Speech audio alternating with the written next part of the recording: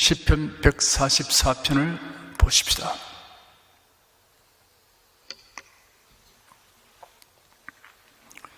다윗 왕은 하나님께서 선민 이스라엘에게 허락하신 약속의 땅을 그 경계까지 완전히 확보하기 위해 정복 전쟁을 하였습니다. 그중에서 아람과 암몬의 연합군을 상대하는 일전은 대세를 결정하는 중대한 전쟁이었습니다. 이런 전투를 앞두고 다윗은 하나님이 주실 승리를 구하고 확신하며 찬송하였는데 그 찬송시가 시편 144편입니다. 세 부분으로 나누어 살펴볼 수 있습니다. 1절에서 4절까지는 지난날 주님의 백성에게 임하였던 여호와의 구원과 보호를 회상하면서 감사드리는 것입니다. 5절에서 11절까지는 하나님께서 지금 전쟁에 개입하시어 주님의 백성을 위협하는 대적들로부터 구원하여 주실 것을 단언하면서 하나님의 은혜를 토대로 하여 하나님의 위대하심을 찬양하겠다고 다짐하였습니다. 끝으로 12절에서 15절까지는 하나님의 구원하심을 확신한 다윗이 여호와 하나님을 섬기는 자들이 장차 얻게 될 축복을 노래하고 있습니다. 1절 한 절 다 같이 읽겠습니다. 나의 반석 여호와를 찬송하리로다. 저가 내 손을 가르쳐 싸우게 하시며 손가락을 가르쳐 치게 하시도다. 나의 반석 여호와를 찬송하리로다 하였습니다. 여호와를 나의 반석이라고 부르고 있습니다. 성경에서 반석이란 견고함, 안전함, 요동치 아니함을 상징합니다. 저가 내 손을 가르쳐 싸우게 하시며 손가락을 가르쳐 치게 하시도다 하였습니다. 전투에서는 무기를 잡은 손놀림의 기술이 결정적으로 중요합니다. 그러므로 이런 전술과 전략을 의미합니다. 하나님이 가르쳐 주시는 전술 전략보다 더 나은 것은 없습니다. 하나님께서 이스라엘의 군사를 진두지휘하는 지도자에게 전술을 말씀하신 사례 중에 두 가지를 살펴보겠습니다. 여호수아에게 지시하신 전술이 있습니다. 여호수아는 여리고 성을 공략할 방도를 알아보려고 성 가까이로 나아갔다가 그곳에서 위험찬 장군의 모습으로 칼을 빼어들고 마주선 분을 만나게 되었습니다. 여호수아가 그 사람에게 나아가 물었습니다. 당신은 우리 편입니까? 아니면 우리의 대적 편입니까? 그가 대답하기를 아니다. 나는 지금 여호와의 군대 장관으로 온 것이다 하였습니다. 여호수아는 이분이 보통 사람이나 천사가 아닌 것을 알게 되었습니다. 그래야 땅에 엎드려 절하고 나의 주여 이 종에게 무슨 말씀을 하려 하십니까? 하였습니다. 여호와의 군대 장관은 여호수아에게 네 발에서 신을 벗으라. 네가 쓴 곳은 거룩한 곳이라 하였습니다. 여호수아가 그대로 하니 하나님께서 여리고 성 점령을 위한 전략 전술을 말씀하셨습니다. 무장한 군인들이 맨 앞에서 행진하라. 제상 일곱 양각 나팔을 잡고 진행하며 나팔을 부르라. 여호와의 언약궤를 맨 제상들이 진행하라. 백성들이 그들을 따라 행하라. 앞선 군사들을 외의 나머지 혹은 백성 중 선발된 자로 추정이 됩니다. 여리고 성을 엿새 동안 매일 한 바퀴씩 돌라. 7일째는 연속하여 7번 돌고 7번째 제상들이 나팔을 길게 울려 부르라. 나팔 소리가 들릴 때 백성은 다 큰 소리로 외쳐라. 그리하면 여리고 성의 성비에 무너져 내릴 것이다. 상식으로는 이런 전술은 위험천만한 것입니다. 이스라엘의 무장 상태가 여리고의 군사들에게 비하면 아주 열악한 것이 노출됩니다. 그리고 대열을 지어 성을 돌다가 화살이나 돌이 퍼부어질 수 있습니다. 여리고 성은 매우 웅장하고 견고합니다. 이런 성을 돌면서 이스라엘 사람들이 주눅이 들고 마음이 위축될 수 있습니다. 그러나 하나님께서는 군사 전략적 관점에서 볼 때 이 우스꽝스럽고 위험하게 보이는 방법을 통해 여리고 성을 함락시키셨습니다. 이처럼 하나님께서는 사람의 전혀 생각지 못하는 방법으로 일을 이루십니다. 기드온에게 지시하신 전술이 있습니다. 이스라엘 백성이 우상 숭배에 빠지면 하나님께서 그들을 징벌하셨습니다. 이웃 나라의 침략과 압제로 고통당하게 하셨습니다. 이방 민족의 압제 아래 신음하다가 하나님께 부르짖게 되면 하나님께서 이스라엘 백성 가운데 사사를 세워서 구원하셨습니다. 미디안 사람들이 이스라엘을 침략하고 수탈한 지 7년이 되었습니다. 신음하던 백성들이 하나님께 부르짖었습니다. 하나님께서 보통의 농사꾼인 기드온을 사사로 세웠습니다. 기드온은 하나님의 지시대로 우상의 단을 제거하고 군사를 모집하였습니다. 쉬운 병들이 몰려들었습니다. 하나님께서 모집된 이스라엘 군사가 너무 많다고 하셨습니다. 미디안 군사보다 숫자가 많다는 뜻이 아닙니다. 미디안과 그 동맹국의 군사 수는 13만 5천 명이었습니다. 반면에 이스라엘이 모집된 군사는 3만 2천 명에 불과했습니다.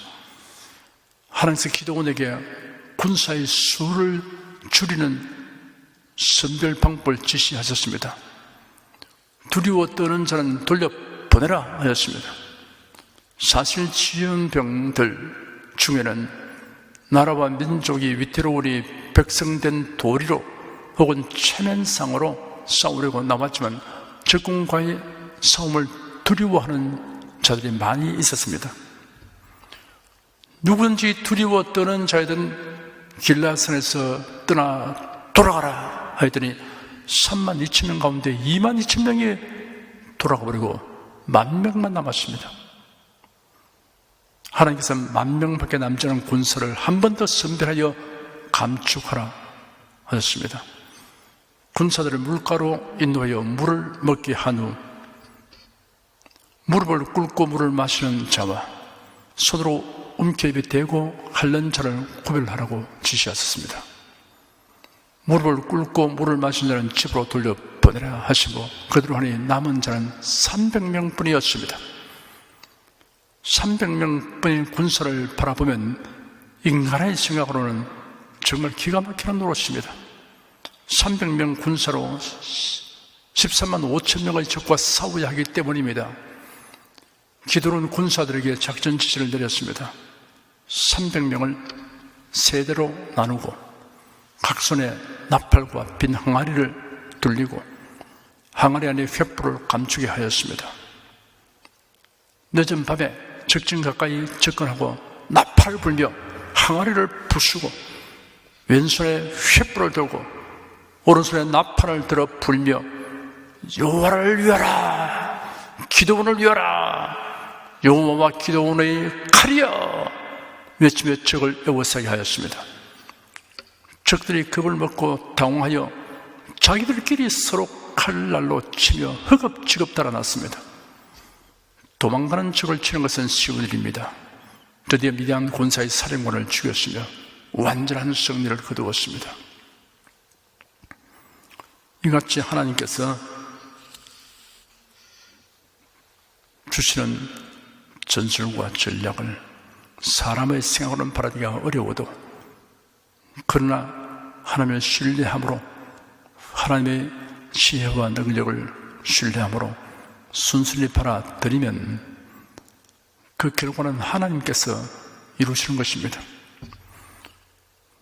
우리가 하나님 말씀을 읽고 그 말씀을 따라 순종하여 사는 것 모두 다 마찬가지입니다. 인생을 사는 하나님의 전술이요 전략입니다.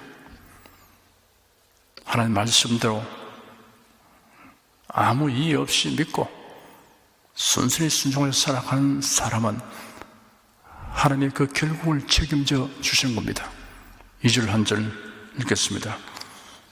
여호와는 나의 인자시요 나의 요새시요 나의 산성이시요 나를 건지는 자시요 나의 방패시요 나의 피난처시요 내 백성을 내게 복종케 하시는 자시로다. 다윗은 자신이 체험한 하나님을 여러 가지 상징으로 표현하였습니다. 나의 인자, 나의 요새, 나의 산성, 나의 방패, 나의 피난처라고 하였습니다. 그리고 나를 건지시는 자시요 내 백성을 내게 복종케 하시는 자시로다 하였습니다. 우리도 자신의 생활을 통해 체험한 하나님에 대해 다양한 상징으로 묘사함으로 하나님과의 관계를 또 구체화해보는 것이 유익합니다. 3절, 4절, 2절 읽겠습니다. 여호와여 사람이 무엇이 관대 주께서 저를 알아주시며 인생이 무엇이 관대 저를 생각하시나이까. 사람은 흙것 같고 그의 날은 지나가는 그림자 같으니이다. 다윗은 자신을 비롯하여 모든 인생이 연약하고 허무한 존재임에도 불구하고 하나님을 의지하면 도와주시는 일들을 생각하면서 느끼고 깨달은 감사를 필요하였습니다. 5절부터 7절까지 읽겠습니다. 여호와여 주의 하늘을 두리우고 강림하시며 산들의 덮쳐갔은 연기가 바라게 하소서. 번개를 번뜩이사 대적을 흩었으며 주의 살을 바라사 죄를 파하소서. 위에서부터 주의 손을 펴사 나를 큰 물과 이방인의 손에서 구하여 건지소서. 새로운 피조물이 된 인생에게도 이 생에 사는 동안에는 여러 대적과 문제가 다가옵니다. 그러므로 일평생 하나님의 도우심을 구해야 합니다. 하늘을 드리우고라는 말은 험한 폭풍이 불어올 때 검고 짙은 구름이 낮게 깔려 온 천지가 어둠의 세계로 변해버린 상태를 가리키는 것으로 대적들을 좌절시킬 만한 무섭고 위력적인 권능의 모습으로 하나님께서 임재해 주시기를 바라는 기도입니다. 산들에 접촉하사 연기가 바라게 하소서라는 말은 하나님께서 시내산에 강림하셔서 이스라엘 백성에게 십계명을 주었던 모습을 표현한 것으로 하나님의 능력 있는 임재와 도우심을 촉구하는 표현입니다.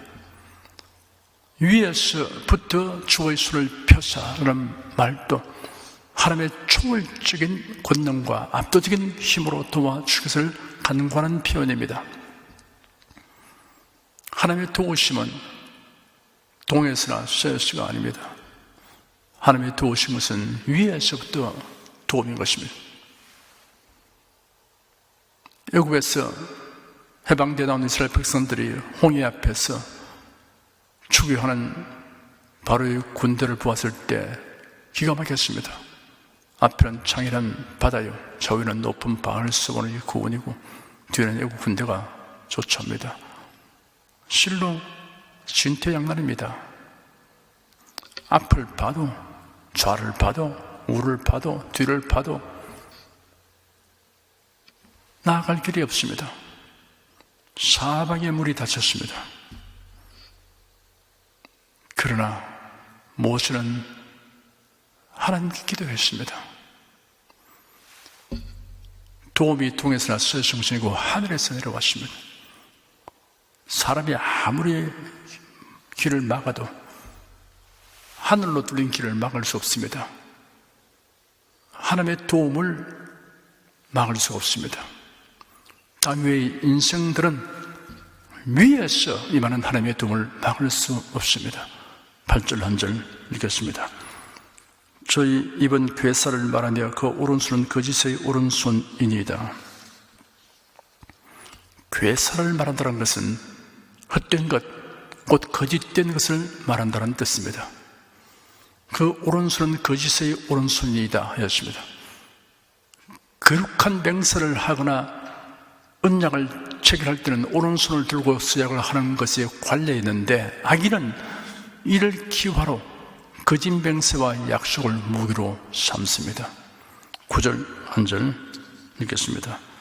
하나님이여 내가 주께 새 노래로 노래하며 열줄 비파로 주를 찬양하리이다. 새 노래란 하나님의 말씀과 성령으로 말미암는 노래입니다. 그래도 안에서 새로운 피조물이 된 성도가 부르는 노래인 것입니다.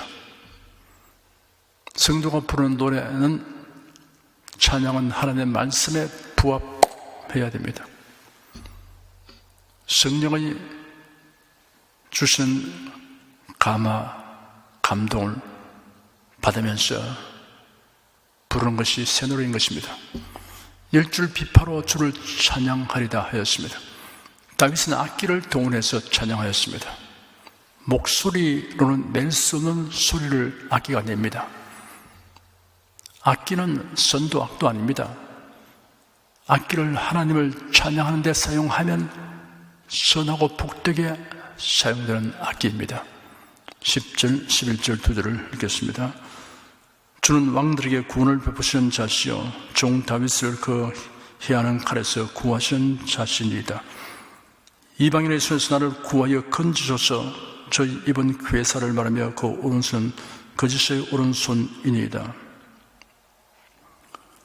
비록 왕이라 할지라도 하나님의 구원에 의지해야 합니다. 11절은 7절, 8절의 반복으로 일종의 후렴어구같이 사용되었습니다. 12절 한 절 읽겠습니다. 우리 아들들은 어리다가 장성한 나무 같으며 우리 딸들은 궁전의 식양대로 아름답게 다듬은 모퉁이 돌과 같으며 아들들은 청년기에 잘 기른 나무같이 되기를 원했습니다.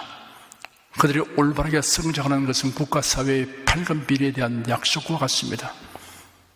우리 아들들은 국가에서 나중에 국가를 책임지는 지도적인 임무를 감당할 것이기 때문입니다. 딸들은 궁궐의 양식대로 아름답게 다듬은 주춧돌 같기를 원했습니다. 세상 모든 나라의 행복과 안정과 국력이 여성들에게 달려있음을 나타내고 있습니다.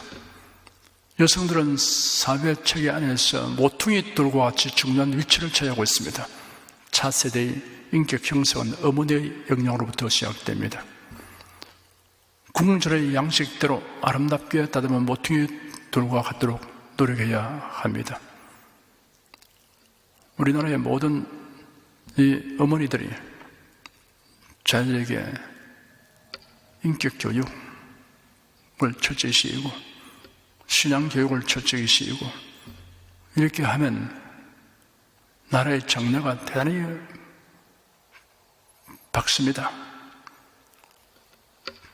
나라가 든든하게 발전되게 마련인 것입니다. 그런데 그저 다른 세상 공부에만 몰두시켜가지고서 그런 지식만 많이 쌓아놓고 인품 교육이 안 되어지고 인성 교육이 안 되어지고 거기다가 바른 국가관, 역사관, 가치관이 정립이 안 되고 또 참된 하나님을 섬기는 신앙이 없으면 그 사회가 어떻게 흘러갈지 종잡을 수 없는 것입니다. 위태로운 것입니다. 그러니까 어머니의 책임과 사명이 아주 중요해서 여기에 남자들보다 여자들에 대해서 말하기를 주춧돌이라고 했습니다. 모퉁이의 머릿돌 같은 것이라고 했습니다. 13절, 14절 두들 읽겠습니다. 우리의 국간에는 백곡이 가득하며 우리의 양은 들에서 천천과 만만으로 번성하며 우리 수소는 무겁게 실었으며 또 우리를 침노하는 일이나 우리가 나가 막는 일이 없으며 우리 거리에는 슬피 부르심이 없을진데 이스라엘의 아들들과 딸들을 각기 장성한 나무와 모퉁이 돌로 비유하여 장차 다방면에서 조화를 이루어 발전하여 태평성들을 구할 이스라엘의 위용과 번영을 상징적으로 묘사한 다윗은 이어서 이스라엘의 경제적 번영을 효화적으로 묘사한 후 대적들이 감히 이스라엘의 국경을 넘어 침략할 수 없을 정도로 이스라엘이 부강하게 되어 사회적으로 안정과 평화가 질서가 유지될 것을 말했습니다. 12절부터 14절의 내용에서 교회에 대한 비전을 얻을 수 있습니다. 복음의 능력이 풍성한 교회, 교역자와 성도들이 활력에 차 있으며 말씀과 성령으로 충만한 교회가 되어야 합니다. 15절 한 절 읽겠습니다. 이러한 백성은 복이 있나니 여호와를 자기 하나님으로 삼는 백성은 복이 있도다. 생활 환경이 넉넉하고 안정된 것도 하나님이 주시는 복이지만 더 근원적인 복은 여호와를 자기 하나님으로 삼는 백성이라는 데 있습니다. 오히려라는 단어가 앞서 있는 번역이 있습니다. 이런 환경적이고 물질적인 복을 부인하는 것이 아니라 그것보다 영적 복이 더 중요하다는 사실을 밝힌 것입니다. 오히려 더더욱의 뜻입니다. 복음서에 보면 무리 중에 있던 한 여자가 주님께 당신을 뵌 태와 당신을 먹인 저지 복이 있습니다 라고 말하는 장면이 있습니다. 그러자 주님께서는 오히려 하나님의 말씀을 듣고 지키는 자가 복이 있느니라 라고 대답했습니다. 오히려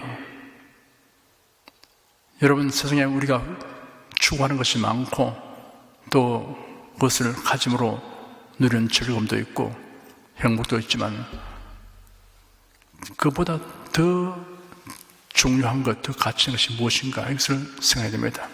오히려 그보다 더욱더 우리는 여호와 하나님을 경외하는 신앙, 이것이 큰 복이다 하는 것을 알아야 할 것입니다.